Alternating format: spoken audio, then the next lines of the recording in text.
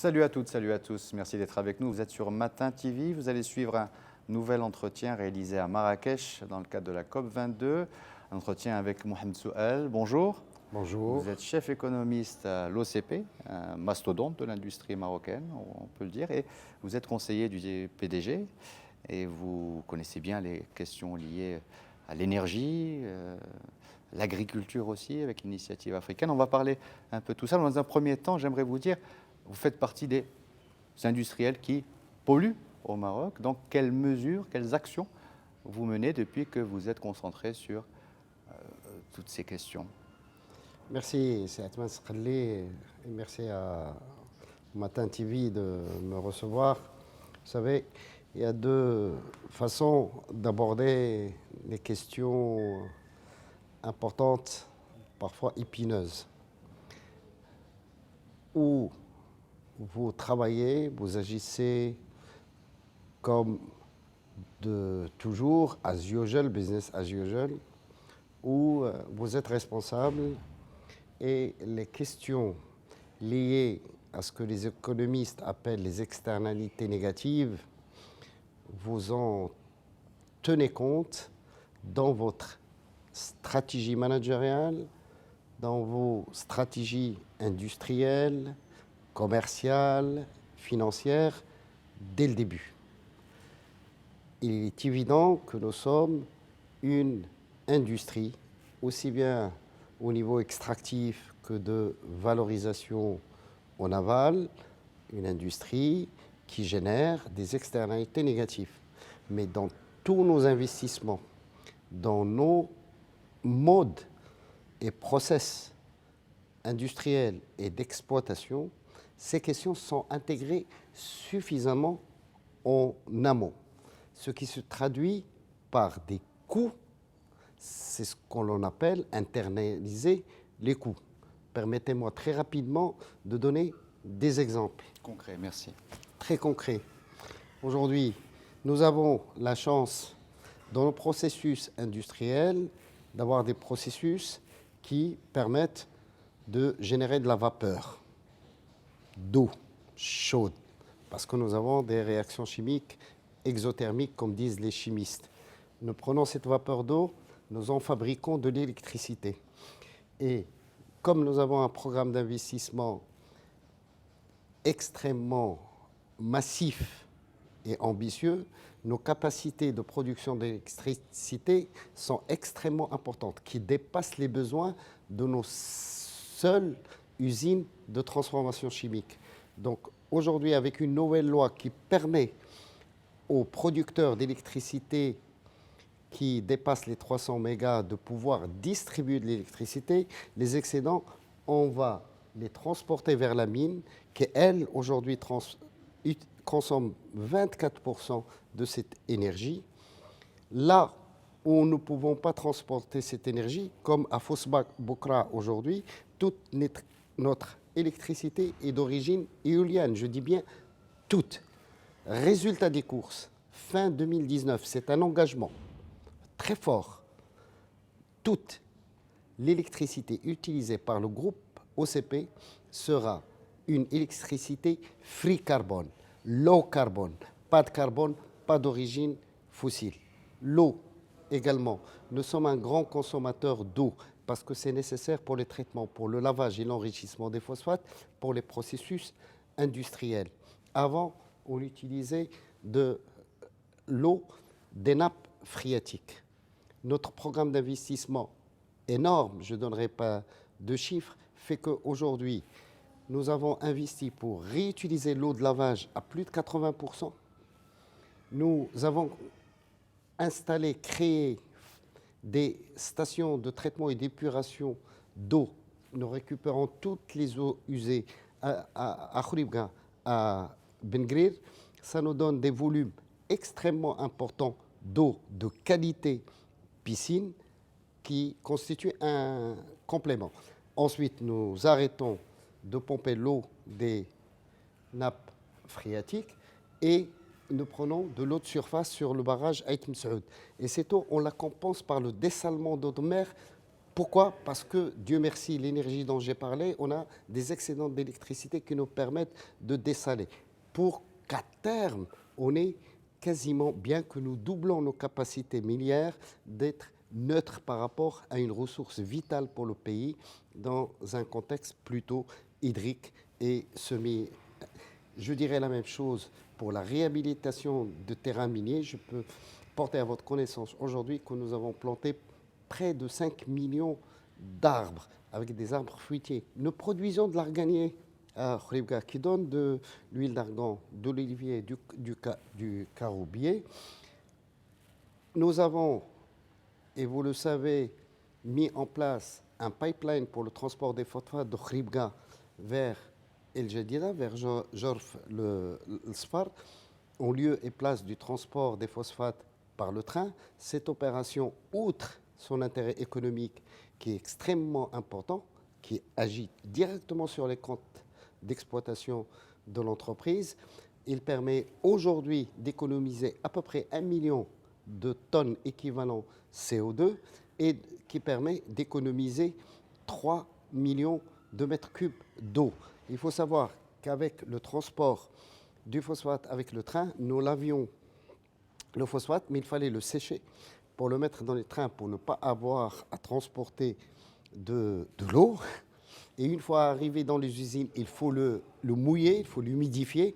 Cette opération aujourd'hui, et c'est elle qui donne ce million de tonnes, qui donne ces économies d'eau et qui permet de piloter un process entre la mine et la chimie en flux continu. Nous sommes engagés fortement dans la construction de villes vertes, de smart cities, comme on dit. C'est la ville verte à Ben Guerir, c'est mine verte à Khouribga, c'est la technopole à Laayoune. Nous avons eu l'honneur que cette ville ait été inaugurée par Sa Majesté en février de cette année. Donc, voyez-vous, et je pourrais multiplier les exemples, mais déjà, l'eau, l'électricité, l'environnement, les émissions de gaz à effet de serre sont prises en compte suffisamment dans un acte managérial tout à fait responsable. Alors, vous produisez beaucoup d'engrais. Vous êtes donc un acteur majeur au niveau de l'agriculture. C'est sans doute pourquoi vous êtes donc partenaire ou vous appuyez, en tout cas, donc l'initiative Triple A. Donc en 2 mots ou en 3, si vous pouvez nous expliquer de quoi il s'agit. Donc c'est adaptation de l'agriculture africaine pour l'Afrique. Très rapidement, l'Afrique émet moins de 3% des gaz à effet de serre dans le monde. Et l'Afrique, c'est plus de 70% de la population qui vit de l'agriculture et les revenus viennent essentiellement des activités agricoles. L'Afrique, c'est une croissance démographique encore très forte. L'Afrique va doubler sa population d'ici quelques années. 25% de la forêt mondiale, elle est en Afrique, dans les régions humides. On dit aussi que les 2/3 des terres arables ne seront plus exploitables dans les années qui viennent. Et pratiquement les 2/3 du potentiel des terres arables sont en Afrique. Or, aujourd'hui, qu'est-ce qu'on en constate? L'Afrique importe pour à peu près un peu plus que 30 milliards de dollars pour se nourrir, alors qu'il a le potentiel non seulement de se nourrir par elle-même et assurer sa propre sécurité alimentaire, mais de nourrir le monde. Donc cet engagement était fort. En quoi consiste-t-il? Triple A, c'est-à-dire adaptation de l'agriculture en Afrique, ce sont 3 questions fondamentales. La question des sols. Je crois que vous avez eu un précédent entretien, on vous a parlé des sols. Les sols sont quelque chose de vivant. C'est plein, c'est à des milliards d'organismes vivants. Mais c'est des sols qui sont pauvres aujourd'hui. C'est des sols qui sont lessivés. Donc il faut régénérer ces sols organiquement. Or, la fertilisation raisonnée, qui veut dire exactement le bon engrais, au bon endroit et à la bonne dose, est nécessaire pour la vitalité des sols. Et pour ce faire, pour pouvoir faire ça, il faut faire des cartes de fertilité qui consistent à analyser ce sol et voir où sont les carences, qu'est-ce qu'il faut apporter, et c'est ce que nous avons fait, par exemple, sur l'ensemble de la surface agricole utile au Maroc, plus de 8 millions d'hectares avec l'Institut national de la recherche agronomique. C'est ce que nous avons fait en Guinée, c'est ce que nous faisons en partie en Éthiopie, c'est ce que nous avons fait en Côte d'Ivoire. Et le Mali est candidat. Aujourd'hui, Sa Majesté a fait des visites extrêmement importantes. Une des demandes fortes de ces pays, c'est qu'on nous les aidions à analyser leur sol. La deuxième question, la question de l'eau, elle est fondamentale. L'eau est abondante en Afrique. Vous vous rendez compte, la région des Grands Lacs, mais il y a moins de 4% des terres qui sont irriguées.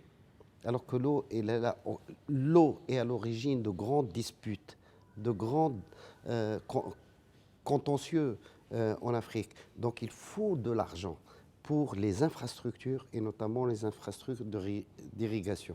Ensuite, nous sommes aujourd'hui, on fait face aux questions de changement climatique qui vont affecter davantage nos pays. Un réchauffement climatique, il est plus préjudiciable à des pays dans le Sahel, en région subtropicale, au risque de grandes inondations qu'ailleurs. 2 degrés de plus, par exemple, en Russie, c'est plus de 70% de l'accroissement de la production agricole. Ce n'est pas le cas. Donc aujourd'hui, il faut du financement. L'accord de Paris a été adopté. On promet, les pays développés promettent de débloquer à partir de 2020 100 milliards de dollars par an jusqu'en 2030. Il y a de l'argent pour l'atténuation, par exemple l'énergie solaire, éolienne, mais il faut aussi de l'argent et conséquent pour l'adaptation agricole. Il faut renforcer les capacités en Afrique. Il faut mettre des mécanismes pour formuler des projets pour les mécanismes de financement internationaux prévus à cet effet. Il faut de la coopération sud-sud, d'où la proposition du Maroc et du ministère de l'Agriculture et des Pêches maritimes. C'est le sens aussi à la fois des visites de Sa Majesté et du discours du 6 novembre. C'est extrêmement important. Donc aujourd'hui, nous ne sommes pas partie prenante en tant qu'OCP dans ces négociations internationales. Nous sommes un acteur international. Nous investissons lourdement en Afrique. On a créé une filiale qui s'appelle OCP Africa. Nous faisons ça pour du business, mais nous le faisons aussi par responsabilité envers ce continent. Nous y croyons. Nous pouvons à la fois gagner notre vie et permettre aux Africains de gagner.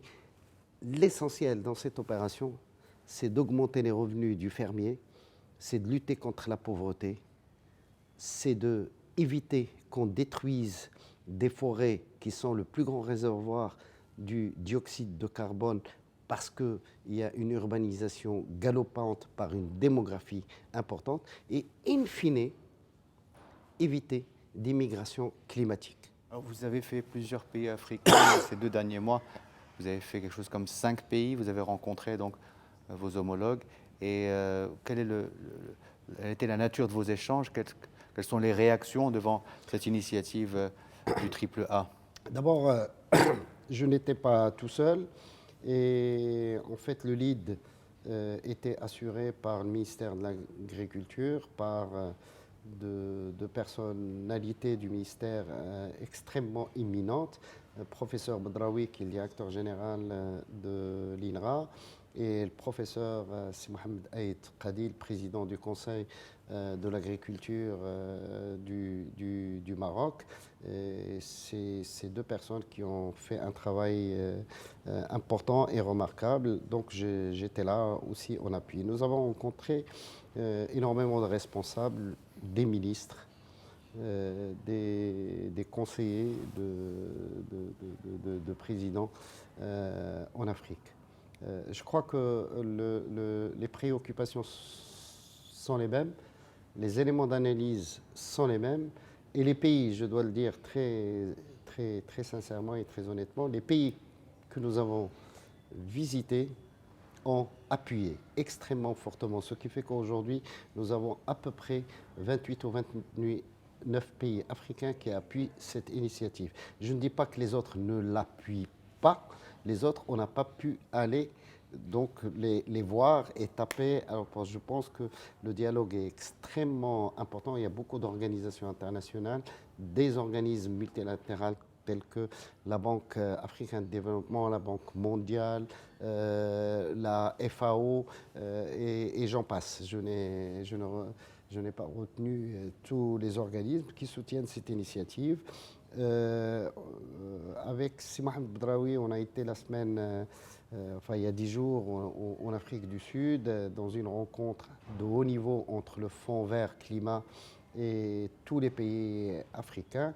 Et nous avons mené des négociations extrêmement fructueuses où aujourd'hui l'initiative de l'Union africaine intègre dans son pilier 3 l'initiative marocaine, et j'espère que les jours qui viennent là à Marrakech, qu'on puisse avancer.